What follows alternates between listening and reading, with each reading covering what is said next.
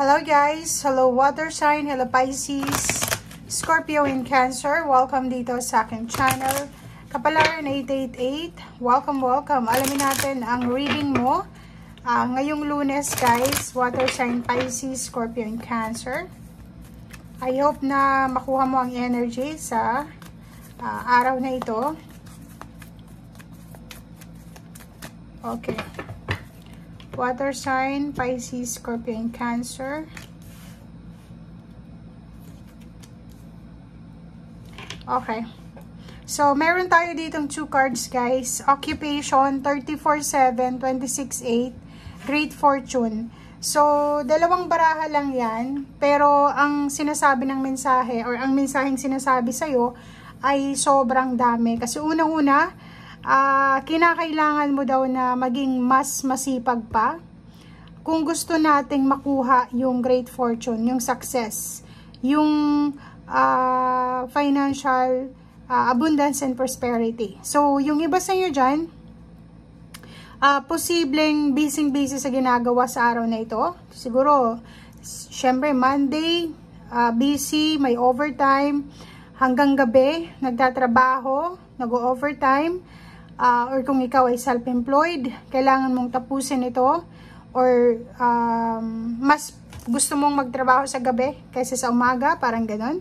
And sinasabi ng barahan na kung ano man tong ginagawa mo sa ngayon, if ever man na sobra-sobra yung effort mo, yung energy mo, ito ay magdadala sa iyo ng financial success or financial prosperity. Sa araw na ito, pwedeng swerte ka rin sa mga chances winning, or for example, sa loto, sa kung ano man to, sa sugal, or sa kung ano man na pwedeng mabilisang pera.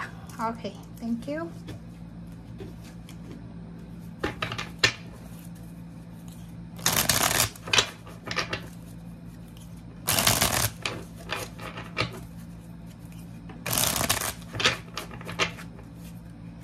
Okay, Pisces, Scorpio, and Cancer.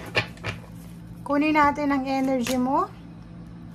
Okay, so makikita mo dito, yung first 2 cards natin ay nagsasabi sa inyo na sa araw na ito ay posibleng maraming magsisimula sa buhay mo na pagbabago. Okay, so may choice ka daw. If ever man may mga problema tayo, financial, emotional, spiritual, or kung ano man tong problema na pinagdadaanan natin, or hindi problema, situation, sinasabi ng barahan na may choice tayo. Okay, may choice tayo na ayusin ito, may choice tayo na paunlarin, baguhin kung ano man ito na kailangan ng pagbabago sa buhay natin.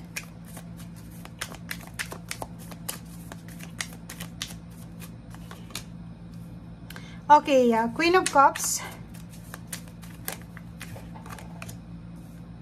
Nakikita ko sa'yo dito na may hinihintay ka. So, may mga Pisces, Scorpio, and Cancer dito na posibleng naghihintay sila ng katahimikan, naghihintay sila ng peace, harmony, balance, or naghihintay silang matapos kung ano man itong mga pinagdadaanan nila sa buhay nila. So, if ever man na ikaw yan, pwedeng naghihintay ka na kung may pag-aaway kayo ng karelasyon mo, or mayroon kang hindi kinakausap, pwedeng sa araw na ito ay naghihintay ka sa kanya, or pwedeng ikaw yung hinihintay niya. So, comment down below if resonated ka. Okay.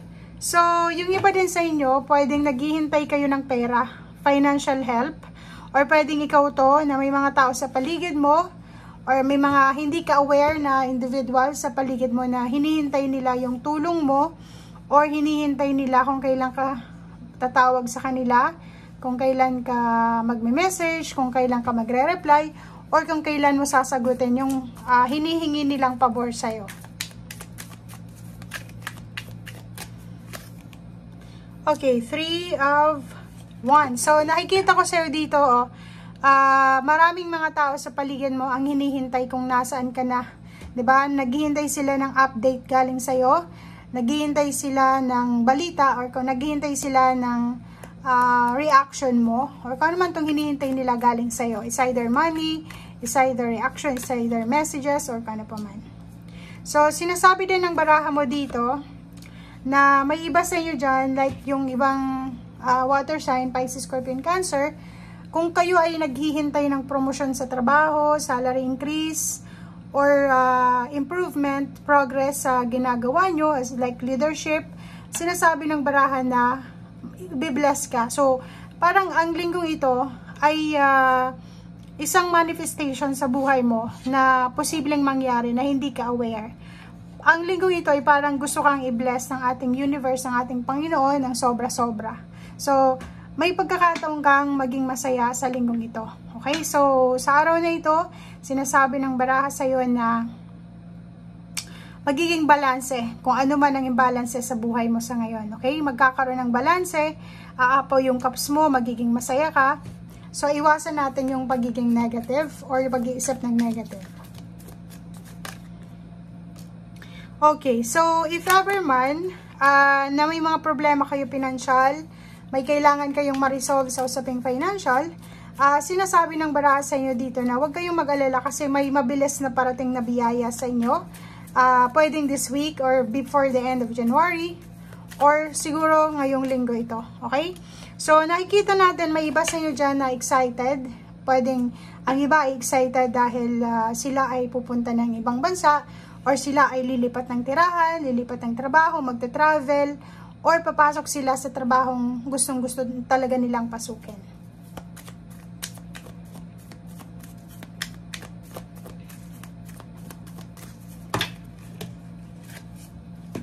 Okay, Queen of Wands. Nakikita ko sa iyo dito, water sign, Pisces, Scorpion, Cancer, na yung iba sa inyo dito is gusto ng freedom kasi ang dami-dami yung obligations ang dami-dami yung pinapasan. Pwedeng ikaw ay breadwinner, pwedeng ikaw yung sumasagot ng lahat ng bayarin sa iyong pamilya, or ikaw yung nag-iisip kung ano yung kakainin nyo sa buong araw or ganito ganyan. So, sinasabi ng baraha sa iyo dito na kailangan mo daw unahin kung ano yung magbibigay sa iyo ng kaligayahan. Hindi yung palagi kang nagbibigay. Hindi sa pagiging selfish or sa pagiging madamot, pero ang sinasabi ng baraha sa iyo dito na kailangan mo munang ayusin yung buhay mo, 'di ba?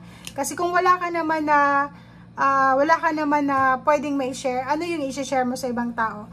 Dito sa barahan to, sinasabi na may iba sa inyo dyan na babalik sa lugar kung saan kayo nagtrabaho dati. So, babalik sa mga companies or sa team or sa lugar kung saan sila nagtrabaho dati. May babalikan din silang relationship or posibleng makakatanggap sila ng mensahe galing doon sa dati nilang karelasyon, dati nilang boss or dati nilang katrabaho. Okay, so yan ang sinasabi guys ng baraha. Maraming salamat and see you again. Bye!